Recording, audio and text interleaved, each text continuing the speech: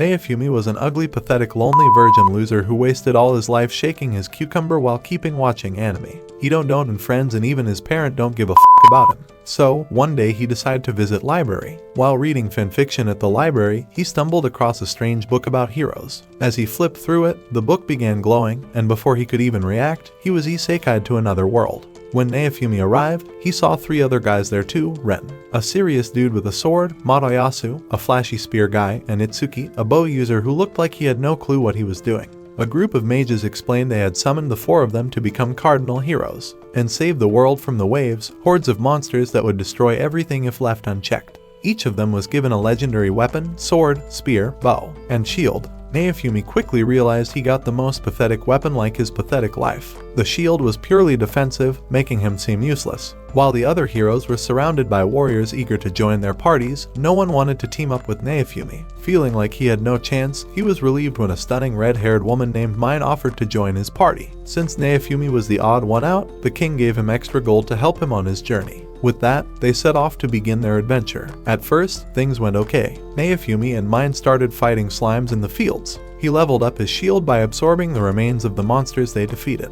After a day of grinding, Mine took Naofumi to the blacksmith. He tried to wield a sword, but his shield blocked him from using any other weapon. Mine convinced him to buy cheap armor for himself since his shield would protect him, while she picked out the most expensive gear in the shop. She promised to pay him back later, but Naofumi was already suspicious. That evening, Mine insisted Naofumi treat her to a fancy dinner. She even encouraged him to drink some grape juice with her and spending the night together. But Naofumi, being virgin can't think straight, fumbled the moment, apologizing because there was only one bed in his room. He went to sleep, hiding his remaining coins under his shield and feeling optimistic about the days ahead. The next morning, Naofumi woke up to disaster. All of his equipment was gone, and Mine had vanished. Before he could figure out what was going on, guards barged in, arrested him, and dragged him to the king. Mine was there, clinging to Matoyasu and crying, claiming Naofumi had tried to destroy her plot but she escaped to Matoyasu. Shocked, Naofumi denied everything, but no one believed him. Adding insult to injury, Matoyasu was wearing Naofumi's stolen armor. Mine claimed she had given it to him as a gift. Naofumi, furious and humiliated, begged the king to send him back to his world, but the king refused. Apparently, new heroes could only be summoned if all 4 current ones were dead. Naofumi was stuck. Realizing everyone was against him, Naofumi stormed out, swearing he'd fight the waves alone. Before leaving, he threw his remaining coins at Mine in disgust and brushed off Matoyasu when he tried to stop him, calling him too weak to waste time on. As Naofumi left, he lost all hope, trust, and never to believe the hoes. From that moment, life only got harder. The townsfolk treated Naofumi like garbage, whispering behind his back and avoiding him. Even the blacksmith, who had been kind to him before, nearly kicked him out. But after seeing the determination in Naofumi's eyes, the blacksmith softened and gave him a cheap cloak, letting him pay later. With no money and no allies, Naofumi returned to the fields to grind levels. He punched slimes with his bare hands, slowly collecting their remains to level up. One day, he found rare herbs and discovered his shield could absorb them, unlocking a new leaf shield. This shield enhanced the herbs, allowing Naofumi to sell them to a pharmacist for a decent price. But money didn't solve all his problems. One night, 3 thugs cornered him in an alley, demanding his coins. Naofumi used his shield to block their attacks and shoved a slime at one of them, scaring them off. Even though he managed to escape, Naofumi felt worthless. Without a way to attack, he couldn't grow stronger, and it pisses him off. While wandering, Naofumi met a shady slave trader who claimed he could solve his problem. The trader explained that slaves were bound by magical curses, ensuring they couldn't betray their masters. Among the slaves, Naofumi noticed a sickly demi-human girl. She looked weak and scared, but something about her caught his attention. The trader offered her for a low price, claiming she wouldn't live long anyway. Naofumi bought her for 30 silver coins and officially made her his slave.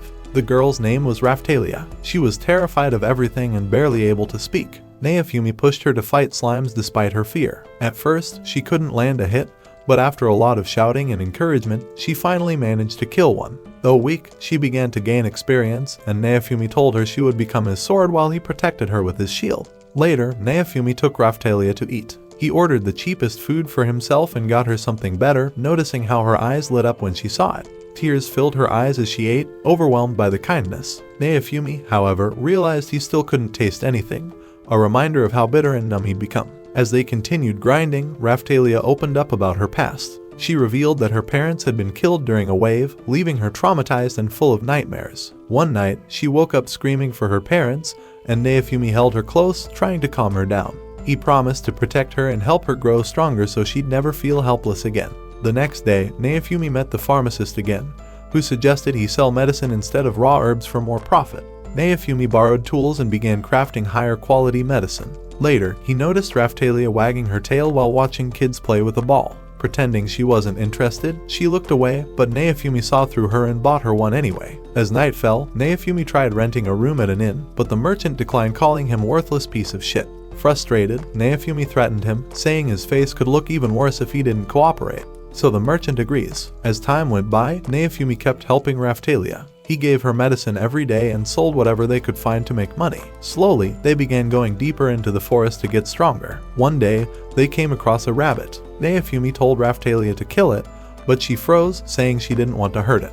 The curse on her activated, and Naofumi told her if she couldn't fight, he couldn't protect her forever. He reminded her that the waves would destroy the world unless they became stronger. Hearing this, Raphtalia built up her courage, ran at the rabbit, and defeated it in one quick strike. She promised Naofumi she wouldn't be weak anymore and would do whatever it took to stay by his side. That night, they went back to the weapons shop. Naofumi decided it was time to get Raphtalia a better weapon so she could handle tougher enemies. The blacksmith showed them a short iron sword, saying it would fit her perfectly. Naofumi bought it, even though he was almost out of money again. Feeling sorry for Naofumi's situation, the blacksmith told him about a nearby village where he could earn some money quickly. When they reached the village, Naofumi sold some rabbit skins to a merchant.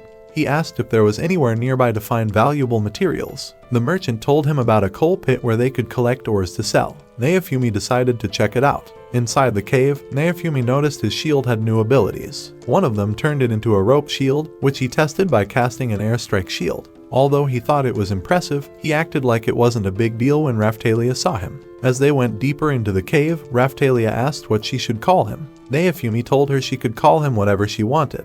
While Naofumi was mining crystals, a two-headed monster appeared out of nowhere. Raphtalia froze, unable to move. The monster reminded her of the three-headed beast that had killed her parents, and the memory left her terrified. The monster charged at her, but Naofumi grabbed her and pulled her to safety, diving into the water to escape. Later, as they climbed out of the cave, Raphtalia admitted the monster looked exactly like the one that had destroyed her family. Naofumi realized this was why she cried in her sleep every night. The monster found them again. Naofumi saw it was a level 15 creature, much stronger than anything they'd fought before. He told Raphtalia this was her chance to get revenge for her parents. Naofumi used his shield to block one head, but the other bit into his shoulder. Injured and tired, Naofumi begged Raphtalia to fight, but she was still frozen in fear. Naofumi told her to run away and save herself, saying she'd finally be free if he was gone. Raphtalia remembered how her parents had sacrificed themselves for her and how Naofumi had protected her from the beginning. She found her courage, ran at the monster, and stabbed one of its heads. The monster threw her aside, but Naofumi protected her with his shield. She got up again and stabbed the monster through its heart, killing it. Their experience points increased, and Raphtalia hugged Naofumi, crying and calling him by his name for the first time. Over the next few weeks, Naofumi and Raphtalia continued training and unlocking new abilities for his shield. With the waves getting closer, Naofumi decided they needed better equipment. When they went back to the weapons shop, the blacksmith was shocked at how much Raphtalia had grown from lowly to hot gal. She now looked like a young woman, but Naofumi still saw her as the same scruffy kid. He was annoyed at how people in the village were staring at her. Raphtalia told the blacksmith they needed new armor for Naofumi since he had been hurt fighting the monster. The blacksmith agreed to make custom armor for him. Later, at a restaurant, Naofumi tried ordering a kid's meal for Raphtalia, but she angrily told him she was an adult now and wanted proper food. The next day, they picked up Naofumi's new barbarian-style armor. Meanwhile, people in the village were gathering, scared about the upcoming wave. The blacksmith explained that the dragon hourglass in the city could show the countdown to the wave and teleport them to the battlefield. At the hourglass, Naofumi's shield reacted, showing the wave would arrive soon. The other heroes showed up, and Madoyasu mocked Naofumi, calling him useless. Naofumi ignored him until he saw Madoyasu flirting with Raphtalia. Angry, he warned her to stay away from Madoyasu, calling him a creep. Though tempted to punch him, Naofumi walked away to focus on the battle. Later, Raphtalia asked about the other heroes, but Naofumi stays silent, leaving Raphtalia anxious. The next day, as all the warriors gathered in preparation for the arrival of the waves, Raphtalia turned to Naofumi. She told him she was proud to fight by his side, calling him her fire and strength. She promised to always be his sheath, protecting him whenever he needed rest, and vowed to stay by his side forever. As the last grains of sand fell in the hourglass, the skies turned red. The heroes vanished into the forest, and above them, the wave of catastrophe appeared. Alien-like monsters began invading the land. Raphtalia pointed out that the monsters were heading toward the village they had visited weeks ago. Realizing no one else could save the people there, Naofumi sprinted toward the village with Raphtalia close behind. By the time they arrived, zombies had already started their attack. Naofumi saved a man who was about to be killed, and Raphtalia quickly slayed the attacking zombie. Wasting no time, Naofumi told Raphtalia to evacuate the villagers while he distracted the monsters. Naofumi ran toward the zombies, throwing a punch at one, but his blow barely did any damage. Frustrated but determined, he used his airstrike shield to save another villager and followed it with a shield prison to block more zombies. As the monsters started chasing him, Naofumi slid under a burning beam, re-emerging with fire in his eyes. He tried drawing the monsters' attention by waving the flames around. As he ran, he began doubting himself, thinking he was useless for trying to protect a world that didn't care about him. When the number of monsters became overwhelming, Naofumi had an idea. He led them to an abandoned tower. Using his airstrike shield, he jumped over a zombie and started climbing the structure. At the top, he rang the bell loudly, drawing all the monsters to him. As they climbed the tower, Naofumi poured fuel down its sides and set it ablaze. He leaped from the burning tower, crashing into a nearby house. He groaned in pain as he looked back to see the entire tower engulfed in flames, collapsing and crushing the zombies beneath it. At that moment, some of the villagers returned to support Naofumi. One of them said Naofumi's bravery had inspired them to fight for their home. Just then, a giant zombie appeared and lunged at the villagers. Naofumi managed to block its attack just in time. As the zombie turned its attention to the other villagers, Naofumi threw himself in its path, shouting for everyone to run because they couldn't handle a monster like this. At that crucial moment, Raphtalia arrived. Together with Naofumi, they attacked the giant zombie. Raphtalia landed a powerful strike that weakened it, allowing Naofumi to block its counterattack with his shield. Working together, they finally took it down. As the monster fell, flares lit up the sky, signaling the end of the wave. Suddenly, pieces of the flare fire began falling toward the village, threatening to burn everything. Realizing the danger, Naofumi grabbed Raphtalia and shielded both of them from the falling flames. When the knights arrived, they were pleased to see that the monsters had been eliminated but didn't acknowledge Naofumi's efforts. As Raphtalia confronted the knights, she angrily demanded to know why they didn't support Naofumi and even threatened them when they dismissed her. Before the argument could escalate, more zombies appeared. Naofumi quickly saved one of the knights from being killed, and Raphtalia rushed toward the zombies, slicing one's head clean off. Following Naofumi's command, she continued cutting down the remaining zombies, skillfully slashing and jumping into the air to kill a giant one.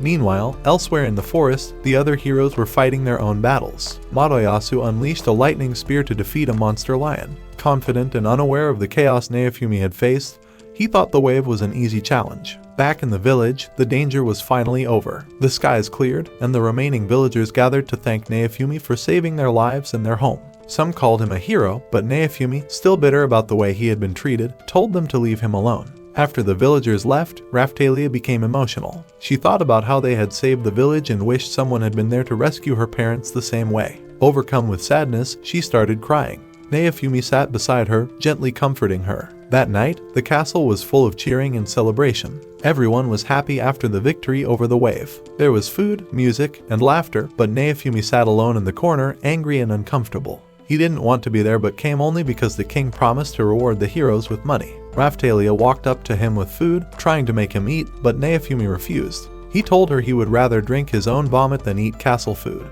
Madoyasu noticed Raphtalia and tried to approach her, but Mind stopped him and whispered something in his ear. He looked at Naofumi with jealousy, clearly upset that such a hottie is living by his side. Naofumi sat quietly, ignoring everyone, when he felt something from his shield. A new ability had activated, allowing him to teleport to the wave's location. Before he could figure it out, Raphtalia came back with a piece of cake and insisted he try it. Naofumi didn't want to argue, so he took a bite. Madoyasu saw this and got mad. He threw his glove at Naofumi, challenging him to a duel. Mind made things worse, loudly claiming that Raphtalia was Naofumi's slave and that he was forcing her to develop plot with him. Madoyasu said he would free her from the slave contract. Secretly, he wanted her to leave Naofumi and join him. Naofumi ignored the challenge, saying owning a slave was legal, and tried to leave. But a knight stepped in and blocked him. The king ordered Naofumi to fight. Raphtalia tried to explain that she stayed with Naofumi because she wanted to, but the knight silenced her. The king accused Naofumi of brainwashing her.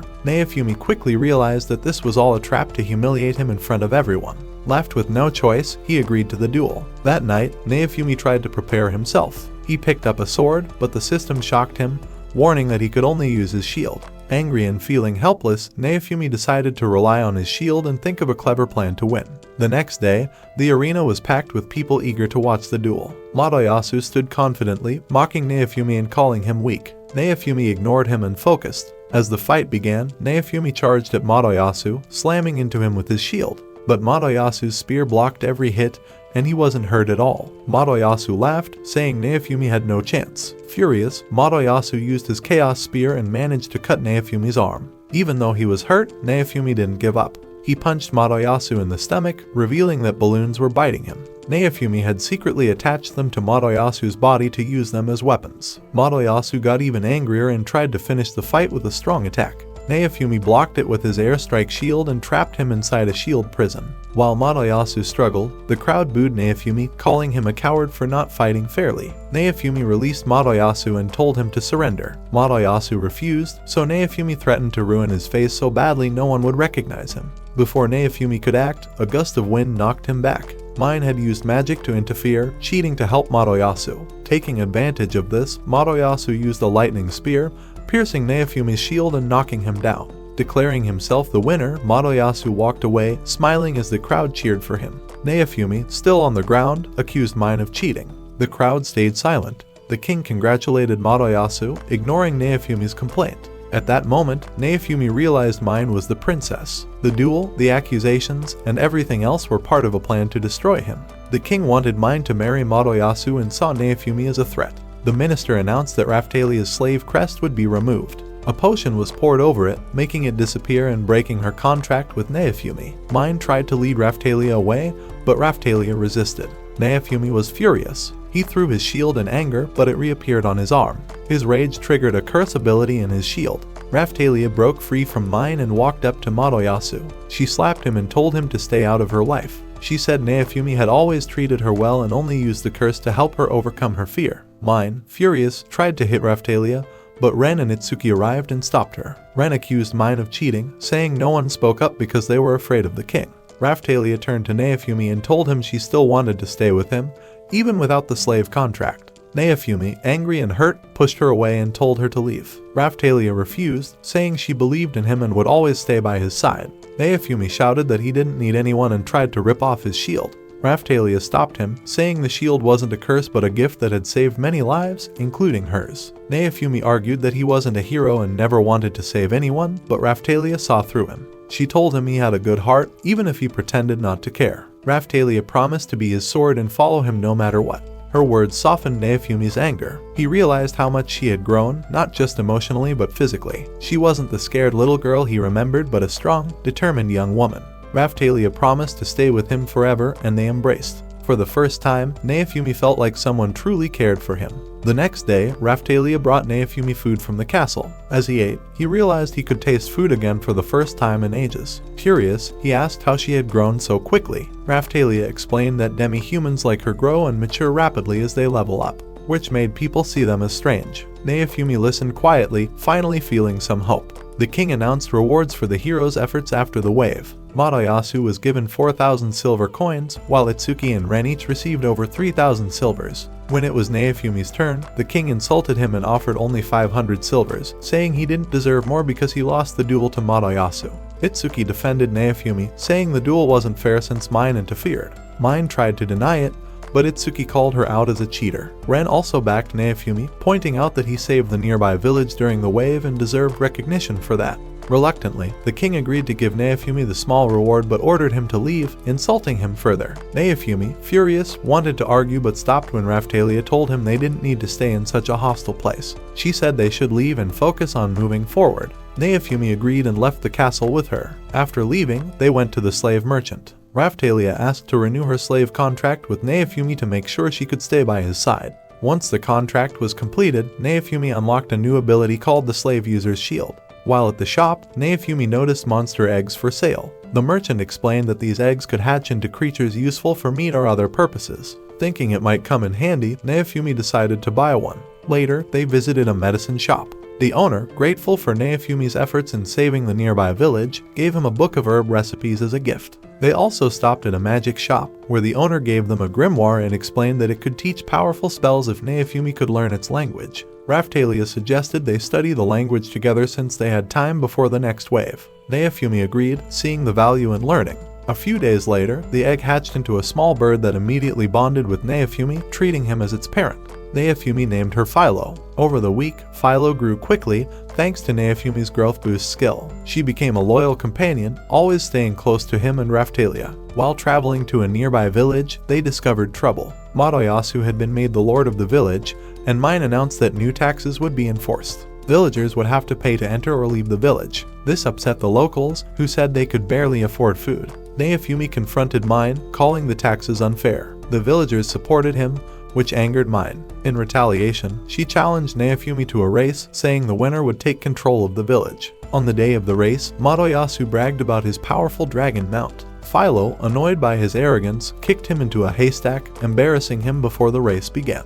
When the race started, Philo quickly took the lead, leaving Madoyasu behind. However, Mine's soldiers cheated, casting spells to create traps like holes in the ground. One of these traps caused Philo to slip, allowing Madoyasu to overtake her. Despite the setback, Philo pushed forward with determination. Naofumi used his airstrike shield to help her avoid further traps, letting her jump over obstacles. Mine's soldiers kept casting spells to slow Philo down, but she refused to give up. In the final stretch, Philo surged ahead and crossed the finish line first, winning the race. The villagers cheered, happy to see Naofumi victorious. After the race, something shocking happened. Philo suddenly grew larger and transformed into a humanoid girl, surprising everyone. Mine accused Naofumi of cheating, but a mysterious group appeared and exposed that her soldiers had used magic during the race. With no defense left, Mine accepted defeat and left with Madoyasu. Madoyasu, trying to save face, claimed he let Naofumi win. Naofumi laughed at him, calling him useless and telling him to find a real purpose in life.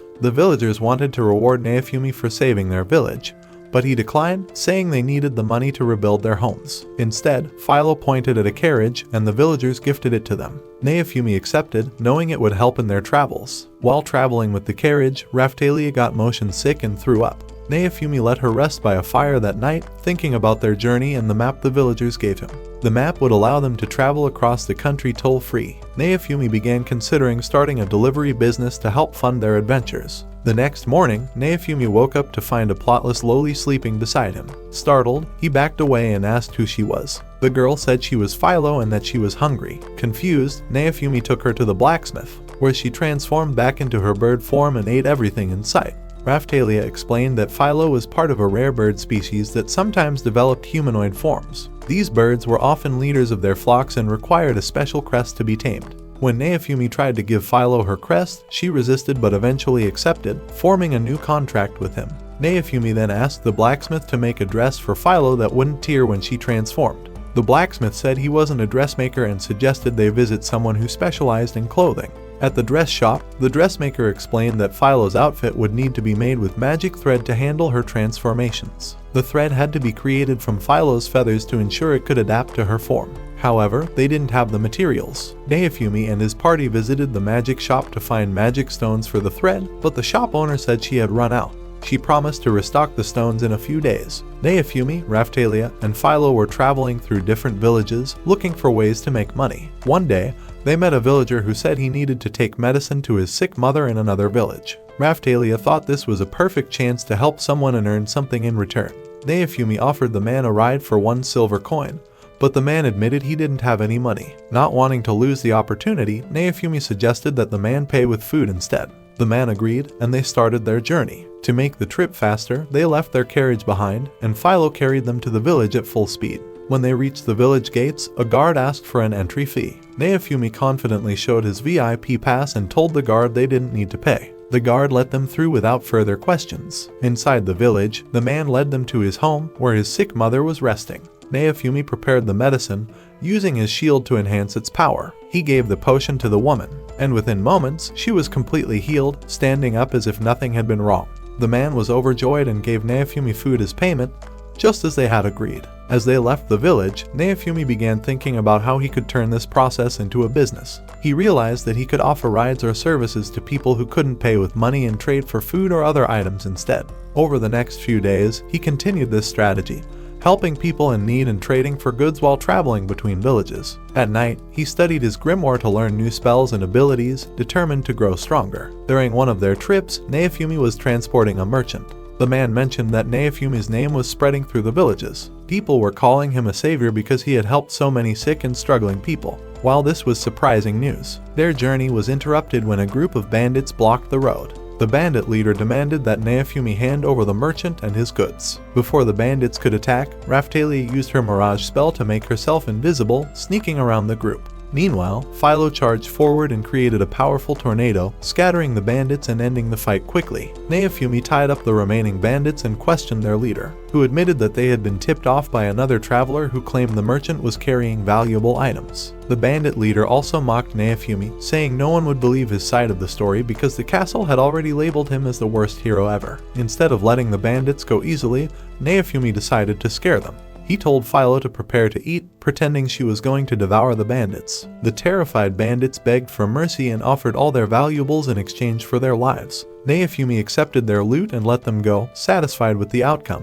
Raphtalia joked that they were starting to act like bandits themselves, but Naofumi shrugged it off. The merchant, however, was impressed and praised Naofumi for his quick thinking. As a reward, the merchant offered to teach Naofumi something valuable. That evening, he showed Naofumi how to craft gemstones and infuse them with magical energy. Over the next few days, Naofumi practiced the techniques and even learned a few new spells. By the end of the week, he was skilled enough to craft gems on his own. The merchant also introduced Naofumi to a network of traders, giving him access to useful resources and information. During this time, Naofumi also learned about the other heroes. Motoyasu had saved a starving village by finding a legendary crop that grew even during famines, while Ren had been hunting powerful monsters in the southeast. Before parting ways, the merchant gave Naofumi a mining deed as a gift. The deed granted him access to a gemstone-rich cave. Naofumi visited the mining chief, who offered to give him any stones he needed. Naofumi asked for gemstones that could be used to craft magic threads for Philo's dress. Following the chief's directions, Naofumi, Raphtalia, and Philo traveled to the mine. Inside, they found an empty chest and footprints leading deeper into the cave. As they explored, they were attacked by swarms of bats. Naofumi absorbed the bats into his shield, unlocking a new skill. Deeper inside, they found the gemstones but also encountered a powerful monster guarding them. The creature was fast and aggressive, dodging Raphtalia's sword strikes and Philo's kicks. It unleashed a lightning attack, nearly hitting Naofumi, but Philo pulled him to safety just in time. Realizing the monster was sensitive to sound, Naofumi came up with a plan. He used his shield to amplify Philo's loud scream, disorienting the creature. This gave Raphtalia an opening to stab it, and Philo finished it off with a powerful kick. With the monster defeated, they collected the gemstones and returned to the village. Naofumi used the stones to craft magic threads and gave them to the dressmaker. A few days later, Philo's new dress was ready. It was specially designed to adapt to her transformations, sparing Naofumi the trouble of constantly replacing her clothes. Philo was thrilled with her new outfit, while Naofumi was just relieved to save money. Shortly after, Naofumi took on a job delivering healing potions to another village. When they arrived, they found the area overrun by monstrous trees. The village chief explained that Motoyasu had given them a divine seed, which started as a blessing but grew out of control, turning into dangerous monster trees. Inside a tent, Naofumi saw sick children suffering from the tree's poison. Using his potions, he healed the children and neutralized some of the smaller trees. However, a massive tree monster continued to threaten the village. Raphtalia and Philo worked together to fight it, cutting through its vines, but the tree regenerated too quickly. Naofumi used his shield to enhance a potion, weakening the tree enough for Raphtalia and Philo to destroy it. During the battle, Naofumi unlocked a new skill called Plant Modification, which allowed him to control plant growth. After the fight, Naofumi used his new skill to alter the cursed seed, making it safe to grow normal fruit. He handed the modified seed to the villagers but insisted on trading it rather than giving it away for free. As they left, Raphtalia asked what they would do with all the fruit they had collected. Naofumi smirked and said he already had the perfect customer in mind. That evening, Naofumi and his group sold all the fruits they had collected to a gem merchant. The merchant was happy with the deal and told them about a nice town nearby where they could rest. Naofumi thought it sounded like a good place to relax, so they decided to head there. When they arrived, Naofumi liked the quiet and peaceful vibe of the town and suggested they stay for a few days to recover. That night, Raphtalia walked into their room and saw Naofumi and Philo laughing together. She felt jealous and wished Naofumi would see her differently, not just as a companion. She decided that she needed to get him a gift that would make him notice her as someone important. The next morning, Raphtalia set out on her own, hoping to find a special crystal said to be carried by a rare bird. She believed this gift would make Naofumi proud of her. As she searched, Raphtalia realized Philo had followed her. She assumed Philo was after the crystal too, but Philo explained she was just looking for bird eggs for breakfast. Philo ran off, and Raphtalia chased after her. As they reached a cliff, Philo slipped and nearly fell. Raphtalia managed to grab her, but they both ended up falling onto a large beast below. This startled the creature, and it began chasing them angrily. The two ran as fast as they could, dodging the beast's attacks. When they reached another cliff, Philo transformed into her bird form, and Raphtalia climbed onto her back. They flew across the gap, escaping the beast. After hours of searching, they finally found the rare bird and its nest. Raphtalia carefully approached to grab the crystal, but the bird let out a loud screech, alerting the same beast they had just escaped. The beast attacked the nest, destroying it and scattering the eggs. Frustrated and with no crystal, Raphtalia and Philo decided to take the beast back to town as their prize. When they returned, Raphtalia felt disappointed she couldn't get the crystal for Naofumi. Just then, two men approached them, saying the beast was a rare animal needed for the town's ritual. They offered a large sum of money for it. Seeing a chance to turn their adventure into something useful, they sold the beast. With the money, Raphtalia and Philo bought Naofumi a special crafting tool for making metals. When they gave it to him, Raphtalia told Naofumi it was their way of saying thank you for always taking care of them. Naofumi appreciated the gift and suggested they celebrate with a meal. A few days later, as they were preparing to leave the town, they met two travelers. While serving them breakfast, one of the travelers warned them about a village suffering from a terrible plague. Instead of avoiding the problem, Naofumi saw this as an opportunity to make money. He decided to head there with Raphtalia and Philo. When they arrived, an old man greeted them and immediately recognized Naofumi as the famous hero who helped other villages. The man quickly told the rest of the villagers about his arrival. Soon, the village doctor came to meet them and brought Naofumi to a room filled with sick people. Naofumi gave one patient a potion, and everyone was amazed when the man recovered almost immediately. That night, Naofumi told the doctor that his healing potions would cost 10 times the normal price. He also warned that the villagers would stay sick unless they figured out the source of the illness.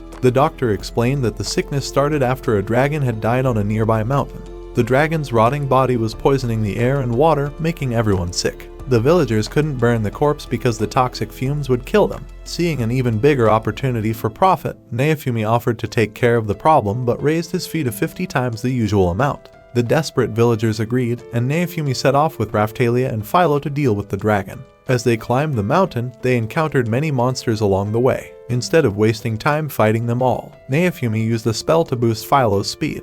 Philo carried them through the monsters, avoiding a long battle. When they reached the dragon's corpse, Naofumi began thinking of how to destroy it. Before they could act, the dragon suddenly came back to life, catching them off guard. The dragon attacked, spewing poisonous gas. Philo flew toward it and landed a strong punch, but the dragon responded by swallowing her whole. Naofumi and Raphtalia were horrified, thinking Philo was gone forever. As the dragon continued to attack, Naofumi's anger grew uncontrollable, activating his cursed shield. Fueled by rage, the shield's dark energy became stronger. Naofumi charged at the dragon but was knocked down. Raphtalia tried to calm him, but the shield's power pushed her away. Naofumi unleashed a fiery attack, burning the dragon's tail. Just as he was about to finish it off, he heard Raphtalia's voice calling to him. Her words brought him back to his senses, and he realized she was injured and unconscious. Desperate to save her, he tried to heal her, but she didn't wake up. Meanwhile, the dragon tried to attack again, but Naofumi's shield protected him. Suddenly, the dragon let out a loud screech and collapsed. To Naofumi's shock, Philo emerged from its belly alive and unharmed. She explained that she had eaten her way out of the dragon and found a purple crystal inside its stomach. However, the crystal was now inside her. Raphtalia insisted they burn the dragon's body to prevent further sickness before returning to the village. Back at the village, the doctor offered to pay Naofumi for removing the dragon. However, Naofumi told him to use the money to treat Raphtalia, whose condition had worsened. The doctor explained that Raphtalia was suffering from a powerful dragon curse and they didn't have a cure for it. Feeling guilty, Naofumi apologized to Raphtalia, blaming himself for putting her in danger. Raphtalia, however, blamed herself for being too weak to help in the fight. Philo tried to cheer everyone up by giving Naofumi another crystal she had found inside the dragon. Naofumi placed it in his shield, unlocking a new skill. He told Raphtalia and Philo that they had grown stronger as a team and promised they would face any future challenges together. That night, Raphtalia asked Naofumi to stay by her side, saying she wanted to feel close to him. Naofumi, however, told her to focus on resting and recovering.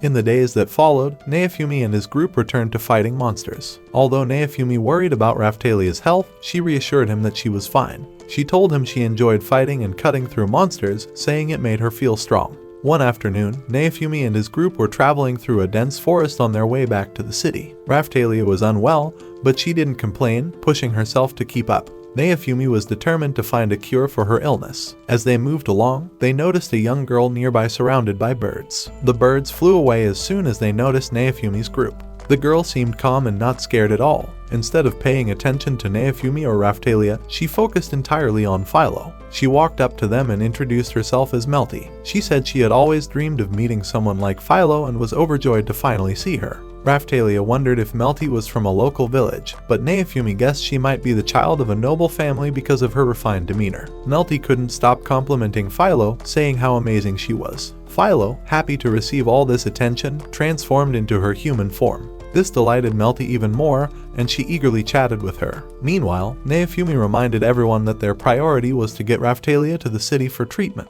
Melty asked if she could join them, and while Naofumi was hesitant, Philo and Raphtalia convinced him to let her come along. That evening, they reached a village where Naofumi used his potions to heal some sick people. He also carefully treated Raphtalia's wounds. Philo explained that Melty had gotten separated from her guards and was now lost. Later that night, Melty approached Naofumi and asked if he could help her get back to the capital. She promised him a generous reward if he agreed. Naofumi was reluctant at first, not wanting to get involved with someone from a noble family. However, the thought of a reward tempted him. Philo and Raphtalia urged him to help, saying it was the right thing to do. Finally, Naofumi gave in and agreed to escort her. The next morning, the group set off for the city. Raphtalia, still struggling with her illness, stayed quiet and focused on keeping up with everyone.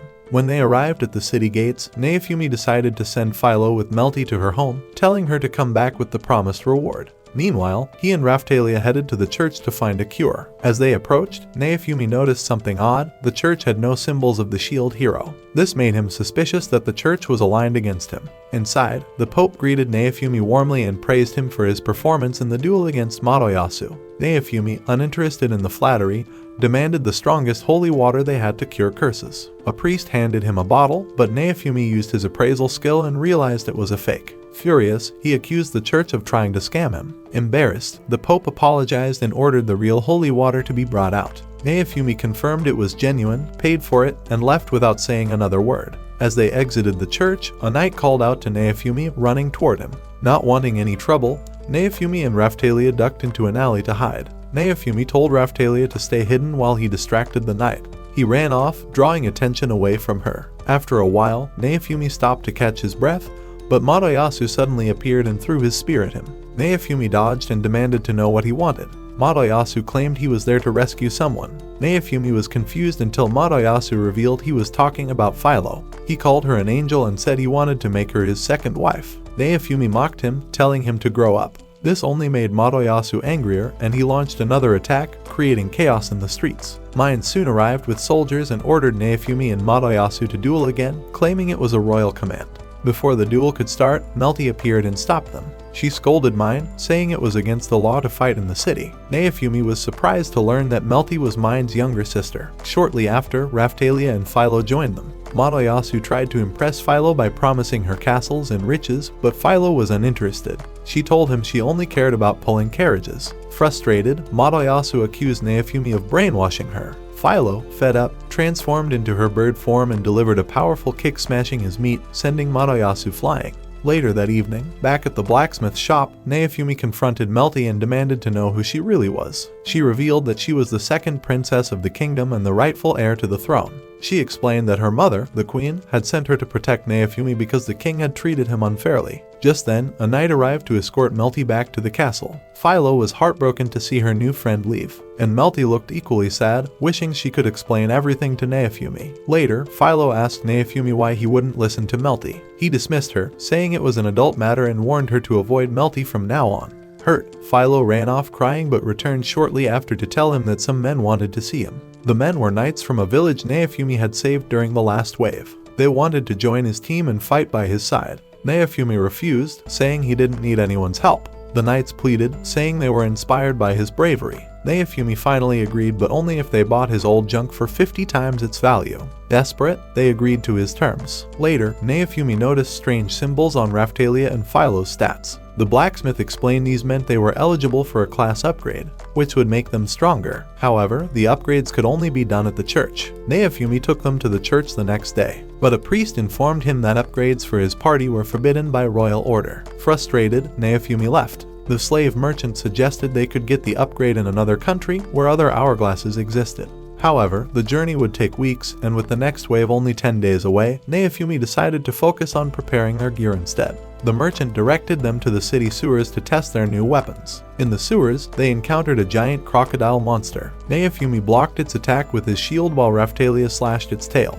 Philo delivered the final blow, ripping the monster apart. Their weapons had proven their worth, and Neofumi felt confident they were ready for the next wave. That night, Neofumi bandaged Raphtalia's wounds as she asked if she could follow him to his world after the waves were over. She was afraid of being left behind. Neofumi didn't answer, knowing he wasn't special in his own world. As Raphtalia tried to express her feelings, Philo interrupted, demanding to know why she wasn't included in the conversation. Neofumi, tired of all the drama, told them both to give him some peace and let him rest. A few days into their travels, Neofumi and his team arrived in a city that looked completely destroyed. The streets were empty, buildings were falling apart, and it seemed like most of the people had either left or died. As they walked further, they found a small group of survivors hiding among the ruins. One man explained that they were refugees from a war. Another added that a group of adventurers had overthrown the corrupt lord who ruled the city. But things didn't get better. Instead, it got worse. With no one in charge, the taxes became even higher, and the people were suffering more than ever. Neofumi quickly figured out that Itsuki, one of the other heroes, must have been involved in this mess. After leaving the ruined city,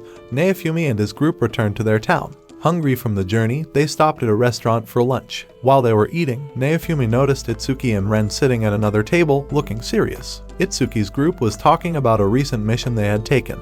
They were hired by the Adventurers Guild to take down a cruel lord who was taxing his people heavily to fund his private army. Itsuki looked proud of their success, but Neofumi couldn't help but laugh at how clueless he was. He accidentally spat out his drink, and Philo gave him an annoyed look. Itsuki and Ren saw Neofumi laughing and came over to confront him.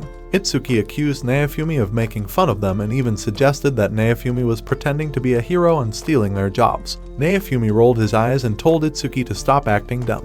He explained that the resistance group that overthrew the lord turned out to be even worse. They doubled the taxes and left the people to suffer. Then, turning to Ren, Neofumi pointed out that the dragon he killed had caused a deadly plague because Ren didn't properly dispose of the body. Neofumi scolded both of them for being irresponsible and said their actions had caused more harm than good. Frustrated, Neofumi got up and left the restaurant, ignoring Itsuki's attempts to argue. That evening, while leaving the blacksmith shop, Neofumi was approached by a group of young warriors. Their leader proudly announced that they had saved up all the money Neofumi had demanded. Neofumi handed them the item they paid for but advised them to use their remaining money to buy better weapons. Accepting them into his team, he warned that if they caused any trouble or betrayed him, they'd be kicked out immediately. With the next wave approaching in less than a day, Neofumi started preparing. He stocked up on potions and made sure everyone was ready. Before the battle, he gave Raphtalia a special bracelet that would help her regenerate mana faster. She thanked him with a smile, saying she loved it. Philo, feeling left out, demanded her own gift. Neofumi gave her a magical hairpin that increased her speed. Excited, Philo transformed into her bird form to show off the pin. Neofumi thought it looked great on her. When the countdown ended, Neofumi and his group were teleported to a village already under attack by monsters. The knights were struggling to protect the villagers, so Neofumi, Raphtalia, and Philo jumped in to help. A massive lizard monster charged at the villagers, but Raphtalia slashed it with her sword, and Philo finished it off with a powerful kick. While they were fighting, an older woman appeared and began taking down monsters with ease. Neofumi recognized her as someone he had healed with his potions during a previous visit. She thanked him for saving her life and said she felt strong enough now to fight alongside them. Despite her bravery, Neofumi realized the village was still in danger. He decided to head straight for the source of the wave. Leading his team, he made his way toward the portals and spotted a ghost ship in the distance. Philo carried Neofumi and Raphtalia onto the ship, where they found Ren and Moroyasu battling a skeleton captain. However, the captain kept reviving every time it was defeated. Naofumi scolded the other heroes for fighting without a plan and told them they needed to work together to end the wave. Before they could respond, a massive Soul Eater appeared, its shadow towering over the ship. Ren, Itsuki, and Motoyasu launched a combined attack, but it barely scratched the Soul Eater. Philo created a tornado to knock the monster back, but it quickly recovered and unleashed a devastating energy blast. Naofumi used his shield to protect Raphtalia and Philo from the attack. The Soul Eater prepared another strike, and Philo bravely distracted it, dodging its attacks and giving Raphtalia a chance to land a hit. Despite their efforts, the monster remained strong. Running out of options, Naofumi decided to use his Rage Shield, even though it was dangerous. Raphtalia reminded him that she trusted him completely and would stand by him no matter what. Activating the Rage Shield, Naofumi felt a surge of incredible power. His shield and armor transformed, glowing with fiery energy. The other heroes watched in shock as Naofumi unleashed his new power. Fueled by rage, he launched a fiery attack on the Soul Eater. Philo and Raphtalia continued to fight alongside him, chipping away at the monster's health. However, the Rage Shield's power began to take over Naofumi, clouding his mind. Inside his consciousness, he battled the dragon's soul that fueled the shield. Raphtalia's voice broke through, reminding him of his promise to protect her and Philo. Regaining control, Naofumi unlocked a new skill. He trapped the Soul Eater inside a cage of iron bars and summoned a massive Iron Maiden from the sky. The Iron Maiden closed around the monster, crushing it completely. The Soul Eater dissolved, and the wave finally ended. Exhausted, Naofumi collapsed, followed by Philo. The other heroes, jealous of his success, muttered complaints. Motoyasu, still bitter, declared that he would surpass Naofumi next time. Hearing this, Philo transformed into her bird form and teased him, calling him a sore loser. Naofumi suddenly felt a strange vibe around him, and before he knew it, another Soul Eater appeared right in front of them. Ren froze for a second, realizing this wasn't something he had ever seen in the video game. The Soul Eater roared, clearly ready to attack and tear them apart. But out of nowhere, glowing arrows of light rained down on the creature, killing it instantly. Before they could figure out what had happened, a woman gracefully landed near them. She wiped away every last trace of the monster and turned to Naofumi, telling him he was the only one worthy of the title of hero. She introduced herself as Glass and made it clear that she was their enemy. Naofumi quickly used his appraisal skill to check her stats, and the results hit hard. She was insanely powerful. He immediately thought, there's no way we can beat her, but they had to try. The group surrounded Glass and launched their strongest combo attack, one that should have destroyed her completely. But to their shock, it didn't even leave a scratch on her. She looked at them with disappointment and asked if that was the best they could do. To show them what real power looked like, she cast a spell that sent a massive windstorm flying at them, blowing them all away. Naofumi managed to stay on his feet while the others were left stunned. Realizing how serious this was, he quickly drank a soul-soothing potion to restore his energy. He trapped Glass inside his shield prism, but she smashed it to pieces like it was nothing. Raphtalia tried to attack her, but Glass stopped her in her tracks and effortlessly threw Philo aside with another burst of wind. Naofumi shielded Raphtalia from the blast and summoned magical snakes to hold Glass down. Philo charged at her with everything she had, but Glass brushed her off like she was nothing. Raphtalia stepped in to try and deal the final blow, but Glass shattered her sword like it was made of paper. Naofumi realized they had no chance of winning this fight. He pulled Raphtalia and Philo close and used a shield prison to protect them from Glass's constant attacks. The effort drained him completely, and he passed out. When he woke up, he decided to tap into the dark energy inside his shield to fight back. Fueled by rage, Philo attacked Glass again, aiming a powerful kick at her. But Glass casually caught her midair and tossed her away like garbage. Glass unleashed a fiery spell next, but Naofumi blocked it. She extinguished the flames herself, laughing at him for being too weak. She then launched a powerful attack, called Shell Cracker, which shattered Naofumi's shield and even damaged his armor. Despite the pain, Naofumi stood firm, earning Glass's respect. She admitted that he truly lived up to the title of Shield Hero and urged him to fight her at full strength. Naofumi trapped Glass in another shield prison and summoned the Iron Maiden, slamming it shut around her. But once again, she destroyed it effortlessly and returned to her ship. As the ship started to shake, Glass realized the wave was ending. She prepared a final attack, but Raphtalia cast a bright light to blind her. Taking the chance, the group escaped on Philo. Glass wasn't done yet. She shot arrows of light at them, but Naofumi blocked them with an air shield. She threw a glowing sword at them, but he deflected it toward the mountains. Realizing she couldn't win this time, Glass promised to come back and destroy them all. Then she disappeared into a portal, just as the wave ended, leaving the ghost ship to crash into the mountains. Back in the village, Naofumi thought about the countdown he had seen in his system before the wave ended. He started questioning why the waves even existed and realized they had to get a lot stronger to survive the next one. To do that, he needed to upgrade Raphtalia and Philo to higher classes. Just as he was thinking about this, 2 knights arrived, saying the king wanted to see him at the castle. At the castle, the king said he had watched the entire fight through his crystal ball. He admitted Neafumi was strong but accused him of being too powerful. He demanded to know how Neafumi had become so strong. Neafumi, sick of the king's arrogance, told him to kneel and ask like a servant if he wanted answers. The king got furious and ordered his knights to attack. Neafumi laughed, saying he'd crush them all and calling them worthless trash. As Neafumi walked away, the king threatened to harm Raphtalia and Philo. Enraged, Neafumi warned the king that if he ever touched them, he'd regret it. Leaving the castle, Neafumi ran into a mysterious woman who warned him to be careful, saying he was becoming a major threat and would attract more enemies. Later, at the blacksmith shop, Neafumi explained they needed to upgrade their classes. The blacksmith gave him a map to a city where they could do this. Before they left, he handed them supplies, including a new shield accessory, a sword for Raphtalia, and even an invisible blade for sneaky enemies. He also packed enough food to last them weeks. As they traveled, Melty suddenly appeared, much to Neafumi's annoyance. She begged him to return to the castle and make peace with the king, but he refused. Melty tried to convince him, but he brushed her off. Suddenly, a soldier attacked, accusing Neafumi of kidnapping the princess. Neafumi and his team fought back, easily overpowering the soldiers and forcing them to retreat. The next day, false footage spread across the city, framing Neafumi as a fugitive. With no other option, the group fled to the mountains. That night, Neafumi thought about the church and realized they were behind the setup. Melty tried to convince him that her sister was to blame, not the king, but Neafumi didn't trust her. She begged him to meet the king one last time, but Neafumi refused, calling her naive. The next morning, Neafumi decided they needed to escape to another country for safety. Melty wanted to go back to the capital, but Neafumi warned her it was too dangerous and promised to protect her if she stayed with them. They abandoned their wagon and started crossing the mountains. As they rested, Raphtalia asked why Neafumi had changed their destination. He explained that the new location was better protected and safer for them to hide. That night, Neafumi decided to ask Melty something strange that had been bothering him. "Why have I never heard about your mom?" Melty explained that her mother was the queen of another country, a powerful ruler who was way better than the king. The king had only married into her royal family. Hearing this, Neafumi laughed, realizing the king was just a weak, fake ruler riding on someone else's power. While they talked, Neafumi felt something weird in the distance. He told the group they should keep moving. They eventually came to a dead end and noticed soldiers waiting for them at the top of the mountain.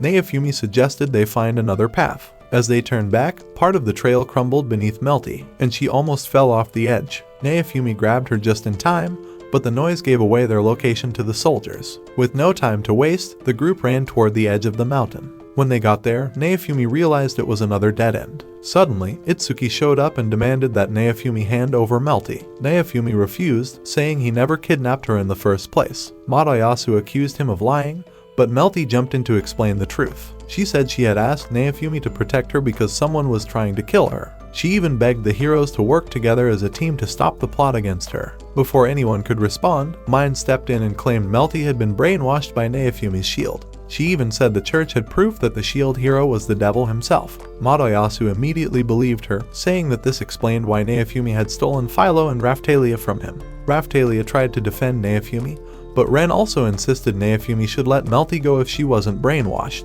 Terrified, Melty begged not to go back, saying she'd be killed for sure. Mine started sweet-talking her, trying to convince her to leave with them. Neafumi interrupted, saying he would protect Melty himself because he couldn't trust Mine, who was obviously after the throne and wouldn't hesitate to kill her sister. At that moment, Philo transformed into her giant bird form, and everyone climbed on her back. She started flying them over the mountain, but Madayasu threw a magic shackle that latched onto Philo, forcing her to shrink back into her small form. Everyone fell, scattering across the ground. While Philo was stuck, Mine smirked, thinking she had won. She raised her hand and summoned a glowing ball of light that lit up the entire mountain, leaving them with nowhere to hide. Madayasu creepily clung to Philo, calling her his angel and revealing that the shackle was designed to keep her from using her powers. Disgusted, Melty tried to attack him with magic, barely missing. She warned him that next time, she'd fry him. Before anything else could happen, Mine fired a flaming ball at Neafumi, but he blocked it with his shield. Itsuki, confused, asked why Mine was attacking her own sister. Mine dismissed him, saying Melty wanted to die, so she was just helping her out. Then she drank a potion to boost her power and started shooting flaming bullets non-stop. Raphtalia came up with a plan to save Philo and told Neofumi to distract the enemies. Neofumi activated his raid shield, and flames began surrounding him. Mine ordered her soldiers to attack, and they fired arrows, but Neofumi blocked them all. Mine started preparing a massive fireball to finish him off, but Raphtalia snuck up behind her with the invisible sword and stabbed her. This caused the fireball to disappear. At the same time, Philo broke free of the shackle and knocked Moroyasu out cold with one powerful punch. The soldiers charged at Neofumi, but his flames exploded, breaking apart part of the mountain. When the smoke cleared, Neofumi glared at Ren and threw a rosary at his feet, telling him to wake up and see the truth. Without waiting for a response, Neofumi and the group left. Later that night, Neofumi removed the shackle from Philo. While they rested, a stranger appeared near them. Raphtalia was ready to attack, but Melty stopped her, saying the woman worked for the queen. Neofumi recognized her as someone he had met in the castle. The woman told him the queen needed to see him immediately because only she could fix the mess the country was in. Neofumi checked his map, trying to figure out how far they were from the queen's city. As they talked, Raphtalia smelled something strange. They soon realized Mine was burning the forest to flush them out. Watching the flames spread, Neofumi guessed Mine was trying to frame him for starting the fire. He told the group they needed to leave quickly before the fire reached them. The next morning, Neofumi stopped at a nearby village to buy food and gather information. A merchant warned him that all the exits from the country had been blocked. When Neofumi returned to the group, he told them their only option was to see the queen, as she was the only one who could protect them. After days of traveling, they reached a region ruled by demi-humans. Melty mentioned her friend Reichnaut, the lord of the area, and said he might be able to help them escape. However, Neofumi noticed Raphtalia seemed upset. When he asked, she explained her village was nearby, and after the first wave, the king's soldiers had attacked and enslaved everyone. Suddenly, a man appeared. Thinking he was an enemy, Neofumi and Raphtalia prepared to fight. But Melty introduced him as Reichnaut, her friend and the lord of the area. Though Neofumi thought Reichnaut looked suspicious, he decided to trust him for now. Reichnaut invited them to his mansion, saying it was safer than staying outside. Inside, Reichnaut warned them that Mine had put a bounty on Neofumi's head. He offered them a place to rest, but during dinner, Neofumi insisted they leave the next morning, knowing soldiers were already looking for them. That night, while the others slept, Neofumi stayed awake, watching the windows. Raphtalia offered to keep watch so he could rest, but Melty grew upset, feeling ignored. Philo tried to cheer Melty up by suggesting they take a walk around the mansion. Meanwhile, back at the capital, the king was furious that Melty hadn't been found. He ordered the army to search everywhere for her. Mine assured him she'd bring Melty home safely, but her real plan was much darker. Late at night at Reichnaut's mansion, everyone was asleep except for Neofumi and Melty. Melty, looking worried, approached Neofumi. "Do you really think running away is the best choice?" "I'm scared of leaving my duties behind and being called a useless princess," she admitted. Neofumi answered bluntly, "None of that matters if you're dead. Staying alive is the most important thing right now. You can deal with everything else later." Melty still seemed uncertain, but Neofumi's words gave her a little confidence. While keeping watch, Neofumi noticed Raphtalia moving restlessly in her sleep. She was having a nightmare. Remembering that she used to have bad dreams when she was younger, he quietly tried to comfort her, wondering if she was reliving the same painful memories. The next morning, things took a bad turn. Reichnaut had been arrested by the king's soldiers for helping them. A maid ran into their room, warning them urgently, "The soldiers are searching the mansion. You need to leave right away." Neofumi and the others quickly left their room, trying to stay hidden. They ran through the halls quietly, avoiding detection. In the kitchen, soldiers shouted at the staff, demanding to know where Neofumi was. The maid, keeping her cool, pretended she didn't know anything. Just then, Melty stepped into the room, standing tall and confident. "I am Princess Melty," she declared. "I order you to leave this place at once." Before the soldiers could respond, a sinister-looking man with a scarred face entered the room. His appearance made Raphtalia furious, and she instinctively reached for her sword. Neofumi quickly stopped her. "Don't act now. It'll only make things worse," he warned. The man introduced himself as the lord tasked with capturing Neofumi. He claimed he was here to ensure Melty's safety, but Melty saw through his lies. "You think I'd believe someone as slimy as you?" she said sharply. She then lied, saying Neofumi had already escaped and demanded the lord escort her to the capital. Hoping to earn favor with the royal family, the lord agreed and took Melty away. Once the soldiers were gone, Raphtalia wanted to charge out and rescue Melty immediately, but Neofumi stopped her. "Rushing in will only put her in more danger," he said firmly. Reluctantly, Raphtalia held back. Neofumi and Raphtalia then began calling out for Philo, afraid she might have been captured. Neofumi used a command, and Philo let out a cry of pain, revealing her location in the attic. They found her hiding there, looking shaken. She explained that Melty had told her to stay hidden, so she had been waiting all day for someone to find her. Philo was eager to rescue Melty immediately, but Raphtalia stopped her. "If we rush in without a plan, we'll make things worse," she said. Philo asked if they were going to leave Melty behind, but Neofumi reassured her. "I promised to protect her, and I'm keeping that promise," he said confidently. Later that night, as they prepared their rescue, Raphtalia opened up about her fears. She admitted she was scared because the memories of her time as a slave still haunted her. Neofumi noticed her hesitation and asked, "Do you want to stay behind this time?" But Raphtalia shook her head. "No, I have to face my past," she said, her determination clear. As they prepared to leave, they noticed a commotion outside. A group of demi-humans was attacking the mansion, trying to free Reichnaut. Neofumi saw this as a perfect distraction. "Let's use the chaos to sneak in," he said. Philo transformed into her bird form, and they rode up the mountain to the mansion. Inside the mansion, the Lord interrogated Reichnaut, demanding to know where Neofumi was hiding. Reichnaut refused to answer and said mockingly, "You'll get nothing from me." This enraged the Lord, who punched him in the stomach. The Lord then turned to Melty, accusing her of betraying her family by siding with Neofumi, whom he called the devil. Meanwhile, outside, soldiers tried to block Neofumi and his group. Raphtalia fought fiercely, slashing through the enemies with her sword, while Philo knocked them down with her kicks. The group made their way to the underground chambers. As they descended, Raphtalia froze. She recognized this as the place where she had been imprisoned. The memories overwhelmed her, but Neofumi placed a hand on her shoulder. "We'll face this together after we save Melty," he promised. In the Lord's chamber, Melty was cornered. The Lord raised his whip, preparing to strike her, but a knight burst in, shouting, "The shield hero is here." The Lord was caught off guard, and before he could act, Philo smashed through the wall, sending him flying. Raphtalia rushed in for backup, her sword ready. Melty, relieved, tried to act tough. "Why did you come back for me?" she asked. Neofumi replied simply, "I made a promise to protect you,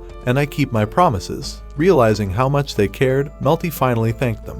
The Lord, furious, grabbed his whip again and threatened to kill them all. He lashed at Raphtalia, but she didn't flinch. She walked up to him, slashed his whip in half, and pointed her sword at him. The Lord dropped to his knees, begging for mercy. "You deserve worse than death for everything you've done," Raphtalia said coldly. Neofumi intervened, reminding her killing him won't change the past. Raphtalia hesitated, then lowered her sword. But the Lord, thinking she was weak, tried to attack her again. This time, Raphtalia used her invisible sword to stab him in the chest. Stumbling back, the Lord cursed her, calling demi-humans worthless. He took one last step, slipped, and fell out the window to his death. Raphtalia blamed herself for what happened, but Neofumi reassured her it wasn't her fault. Reichnaut joined them, suggesting they leave immediately, but Neofumi said they had one last thing to do. They returned to the cells where Raphtalia had been imprisoned. She tearfully recounted how her village was destroyed, and she was taken as a prisoner. As they searched the cells, they found a child and freed them. They soon found Keel, one of Raphtalia's childhood friends. Though Keel didn't recognize her at first, he soon remembered and hugged her tightly. Keel mentioned Rafana, and Raphtalia ran to another cell where she found Rafana's remains. Heartbroken, she cried over her friend's skeleton. Neofumi suggested giving Rafana a proper burial, but Raphtalia felt guilty, believing she had failed to protect her. Keel and Neofumi comforted her. "You've saved so many lives," Keel said. Neofumi added, "You've always been my strength. I wouldn't have made it this far without you." Feeling stronger, Raphtalia promised to rebuild their village in Rafana's honor. After leaving the mansion, Neofumi and the group saw that the demi-humans were still fighting to get inside. Neofumi told Reichnaut to reveal himself to calm them down, but suddenly the disgusting Lord showed up again. They were shocked to see him alive. The Lord laughed and started casting a spell. He bragged that he would unleash a powerful monster that had been sealed by past heroes. The ground cracked open, and a giant dinosaur-like monster climbed out. The Lord, thinking he had won, ordered the monster to attack. But before he could finish, the monster trampled him, killing him instantly. The dinosaur roared so loudly it sent a huge wind that knocked everyone down. Then, it began destroying the mansion. Seeing how strong it was, Neofumi told everyone they couldn't fight it and needed to run. They hid behind another building, hoping the monster wouldn't find them. But moments later, the dinosaur appeared right in front of them. Melty realized the monster was following Philo because of the dragon remnants inside her. The group decided they had to lure it away from the city. Philo ran as fast as she could, with the monster chasing her. Neofumi and the others followed, trying to keep up. As they ran, Reichnaut promised to protect the freed slaves and take them to safety. Keel, Raphtalia's childhood friend, told her he was proud of her and promised to stay safe until she returned. Raphtalia gave him her bracelet as a gift, saying it was a promise that they'd meet again. Philo led the dinosaur through the forest, smashing through trees as it followed her. Finally, they left the city. Melty confirmed that the monster was still chasing Philo. Naofumi told her to keep running, leading it far away. The group ran through the forest, with the dinosaur destroying everything in its path. When they reached an open area, Naofumi told everyone to prepare for a fight. The dinosaur charged out of the forest, and Naofumi used his air shield to block it.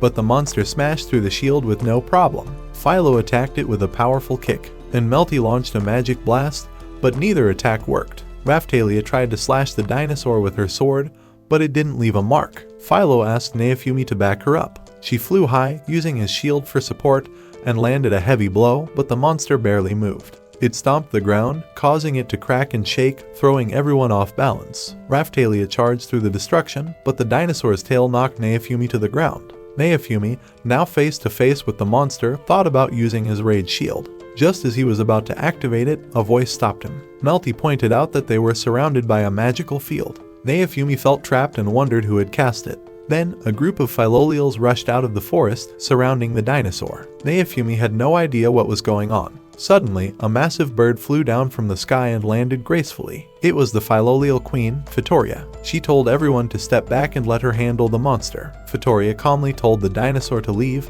but it ignored her and charged. With one powerful kick, she sent the dinosaur flying backward, shocking everyone. The monster unleashed a huge flame attack, but Victoria blocked it with a spell. The force of the flames almost knocked the group over, but Victoria wasn't fazed. She decided to end the fight quickly. In a flash, she dashed forward and delivered a final blow, killing the dinosaur instantly. With the battle over, she turned to Naofumi and said she needed to talk. She then transformed into her human form and introduced herself as Victoria, the queen of all Filolials. Naofumi asked why she wanted to speak with him. Victoria suggested they move to a safer place first. Naofumi agreed but insisted on taking a piece of the dinosaur for his shield. Victoria warned him not to, saying using beast materials would strengthen the cursed powers in his shield. Naofumi ignored her, saying those powers had saved his life before. He absorbed the dinosaur piece into his shield, unlocking a new skill instantly. The group followed Victoria to an old, ruined city. She explained that the city had belonged to past heroes centuries ago but was now her home.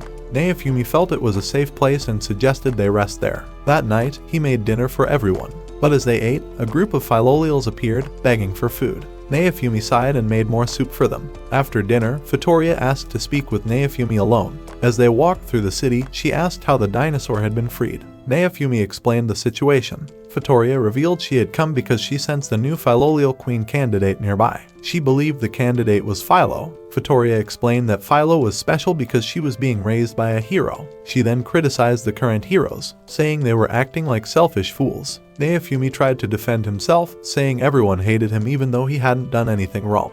Victoria cut him off, telling him the heroes needed to stop fighting and work together to protect the world. While sitting on a rooftop, Victoria told Naofumi that the waves were happening in other countries too, not just theirs. Naofumi was shocked to hear this, as no one had ever told him before. Victoria explained that the heroes were supposed to travel to other countries to fight the waves, but this wasn't happening anymore. She admitted she didn't care much for humans but said she defended the world because of her loyalty to the hero who had raised her. However, she couldn't keep protecting everything alone. She warned Naofumi that if the heroes didn't start working together, the weight of the waves would soon become too much for anyone to handle. And that's where this video ends. Watch the next one and take care.